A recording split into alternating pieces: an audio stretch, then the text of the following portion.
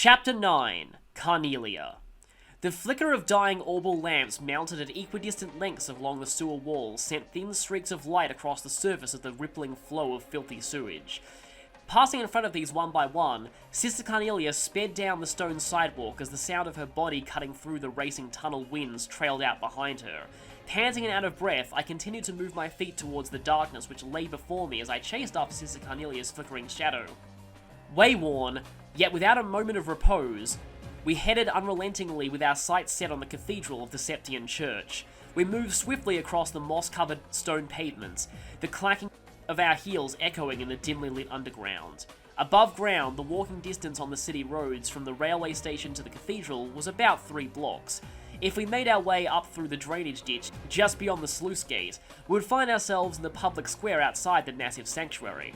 Up ahead, the light of another orbal lamp came into view. Turning her head in my direction without a word, Sister Carnelia extended her right hand outward in a wide motion, indicating that we would be turning that way at the next corner. Then, as if preparing for something, she rolled both shoulders in a grinding motion, and relieved the last of her tension with a pop of the neck. It seemed to me as though she knew all too well what was lurking within the tenebrous conduit ahead. Under the unsteady and sporadic coruscation of light, the body of Sister Carnelia surged around the corner and disappeared from view.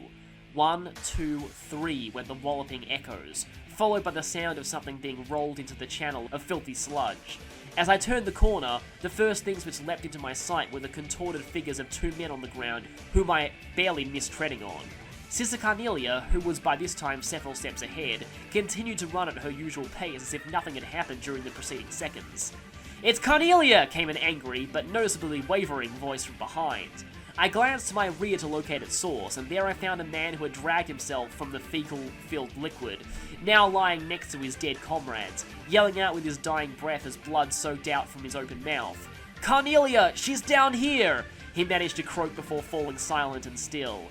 Sister Carnelia paid no attention nor made any effort to look back. I turned my face forward and followed her example. The walls of the conduit leading directly to the sluice gate squared into an ominous mouth of darkness, seemingly waiting for its next unsuspecting meal.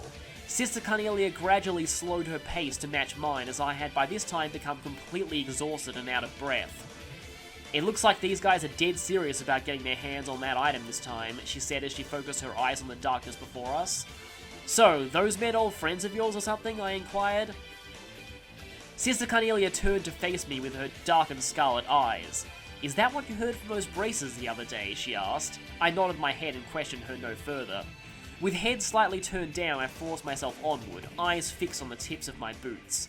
Unexpectedly, Sister Carnelia opened her mouth and said, "Do you remember that woman you had a run-in with back at the inn?" I nodded slightly. "The whole reason I gave up my life as a mercenary is because I didn't want to meet a tragic end like that," she continued. "A life of no meaning, forgotten by all." I looked up at Sister Carnelia, and seeing a slight show of emotion in the side of her face, heard her repeat the same line of words a few more times before finishing her thought. "If I'm going to cash in my life's chips, I think it's best I fight for something worth fighting for. At least that way, I'd be able to leave a legacy of my existence behind." Taking in her words, I ran steadily beside her as I felt a sense of nondescript apprehension slowly begin to creep over me.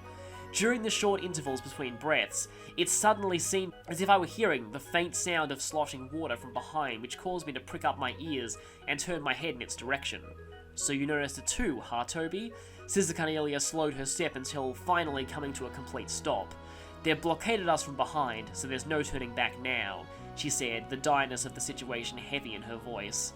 We had arrived at an intersection where the conduit we were in and another crossed paths, and just beyond the wide, fetid flow of sewage water before us, I could see the dimly lit sluice gate. I placed my back against the damp bricks of the nearest wall, and for a moment tried to catch my breath. "They're probably lying in wait for us," Sister Carnelia assessed stolidly after glaring across the flowing sewerage of the merged channels, and then turning her head to the rear and narrowing her eyes again. "And, unfortunately this time, we won't be able to circumvent them." With a sound of composure revealing her utmost resolve, Sister Carnelia took in a few deep breaths. I laid hand on my ornament, gripping it in the palm of my sweaty hand, and then wrapped the strap of my bag securely around my opposite wrist. And as always, Sister Carnelia checked her boots before standing upright. Then, taking a few steps back and holding my breath, I raced forward and darted into the Stygian flow of waste.